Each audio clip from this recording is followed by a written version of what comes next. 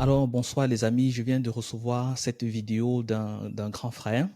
C'est une vidéo très très intéressante parce que là, il s'agit du témoignage de l'ex-producteur de P. Diddy. Vous avez certainement tout suivi ce qui est arrivé à ce monsieur.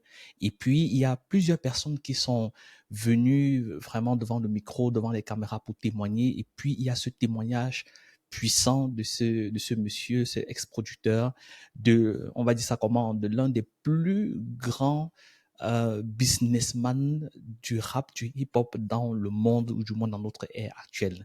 Donc, je vous laisse suivre l'élément et puis on revient tout juste après. How did you turn back to God? There was a recording studio that I was working at downtown Houston, and there's a lady who comes by and she's got some cookies.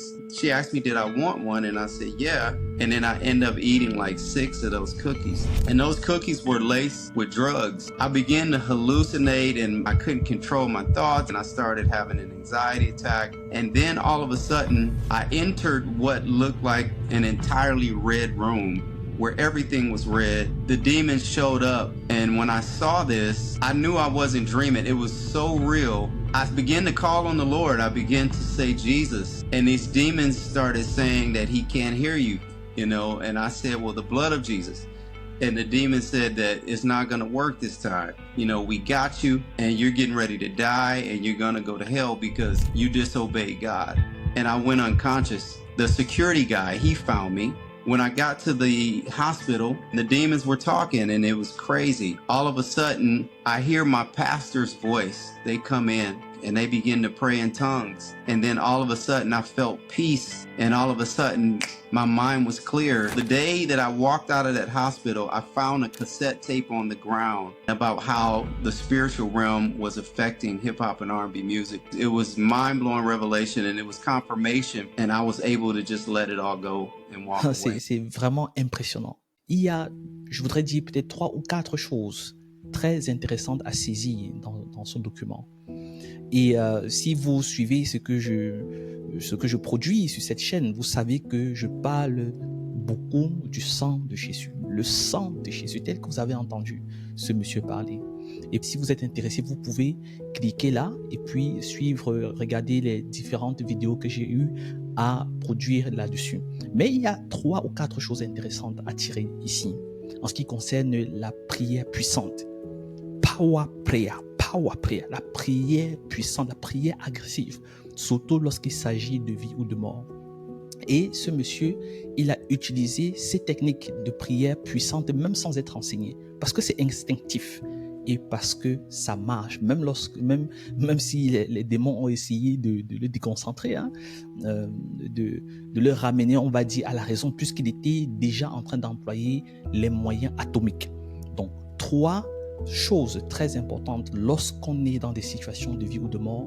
Première des choses, c'est le nom de Jésus. Le nom de Jésus. Lorsque tu pries, n'oublie pas de dire au nom de Jésus autant de fois que possible. Ne te gêne pas de le faire parce que Jésus lui-même le dit. Lorsque vous priez, tout ce que vous demanderez en mon nom, cela vous sera accordé. Que ce soit la délivrance, que ce soit la santé, que ce soit le bien-être, que ce soit les conseils, la sagesse, tout ce que vous demanderez en mon nom. C'est ce qu'il dit. Pourquoi s'en priver? Ne te prive pas lorsque tu pries, dis au nom de Jésus, parce que c'est le nom qui a été donné au-dessus de tout autre nom, qui lui a été donné à lui, à ce Jésus-là, parce qu'il a conquis la mort et parce qu'il a obéi au Père, le Créateur de toutes choses, d'une obéissance jusqu'à la mort, d'une obéissance aveugle. Le nom de Jésus. Et ce nom marche, même si on est croyant ou pas, n'est-ce pas? Ça marche. Et pour ce monsieur, ça a marché dans le sens où ça a mis en difficulté les démons qui étaient obligés de lui répondre en lui donnant notamment un mensonge, en proliférant un mensonge. Donc, et lorsqu'il a peut-être cru à ce mensonge-là parce qu'il n'était pas enseigné dans la prière persévérante, n'est-ce pas? Il est passé au deuxième élément de prière atomique, qui est le sang de Jésus.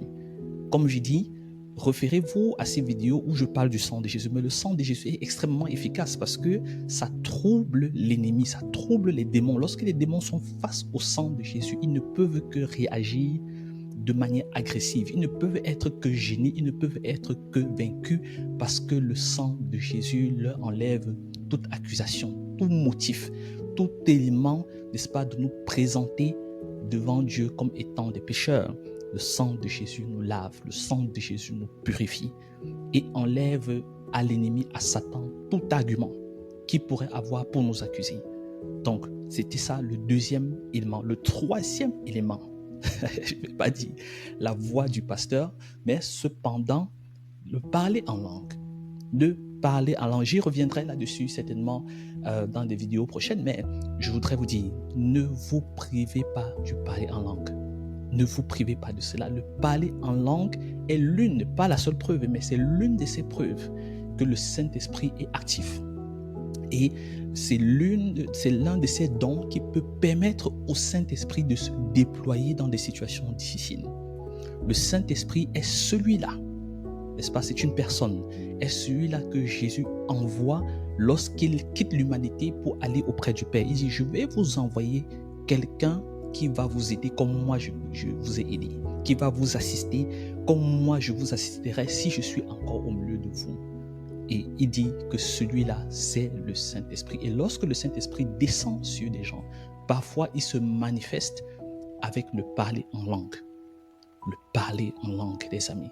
Donc quand ce monsieur entend comment on parle en langue autour de lui, ça libère l'atmosphère. Là où il y a l'Esprit de Dieu, là est la liberté. Là est la liberté. Tout ce que ces personnes avaient à faire, c'est d'aller auprès du malade, du mourant, et de commencer à parler en langue pour libérer l'action du Saint-Esprit et laisser le Saint-Esprit remporter la bataille. Ne vous privez pas du parler en langue. Si vous manquez, si vous ne savez pas comment parler en langue, contactez un frère, contactez un pasteur, demandez qu'il prie pour vous, qu'il vous enseigne là-dessus. Sinon, même là où vous êtes, vous pouvez prier pour dire, Seigneur Jésus, accorde-moi le Saint-Esprit. Pourquoi? Parce que Jésus est celui-là qui baptise du Saint-Esprit. Il n'y a pas que le baptême d'eau que nous prêchons. Il y a aussi, sachez-le, le baptême du Saint-Esprit. Si tu n'as pas encore expérimenté le baptême du Saint-Esprit, tu en as besoin. Il faut que tu l'expérimentes. Acte 19, lorsque Paul rencontre des croyants, il leur pose la question explicitement, est-ce que vous avez été baptisés du Saint-Esprit? Eux, ils ne connaissent pas ce que c'est. Ils disent que non, nous ne savons pas ce que c'est, nous n'avons jamais entendu parler de ça. Il leur dit, vous en avez besoin. Absolument. Il prie pour eux, il leur impose la main, le Saint-Esprit descend. Et qu'est-ce qui se passe? Ils parlent en langue. Ils parlent en langue. Parce que cela déploie, n'est-ce pas, l'action du Saint-Esprit, celui-là qui a le mandat, le décret céleste d'agir sur la terre en ce moment.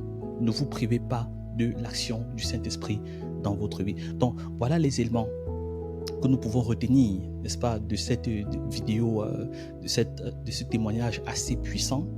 Dernier point, il parle de la musique. Ce monsieur qui était, n'est-ce pas, dans le monde du hip-hop, du rap, il dit que cette musique est infiltrée par le monde des ténèbres.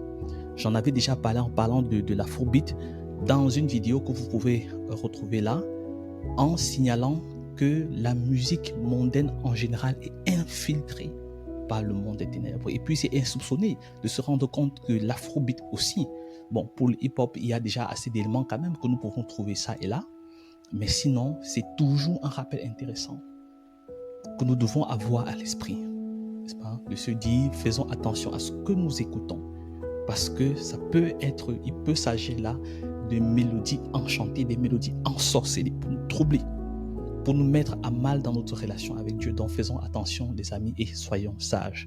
Donc sur ce, n'hésitez pas à laisser un pouce bleu, à liker la vidéo, n'hésitez pas à vous abonner, à placer un commentaire ou aussi à partager la vidéo. Et sur ce, que le Seigneur vous bénisse.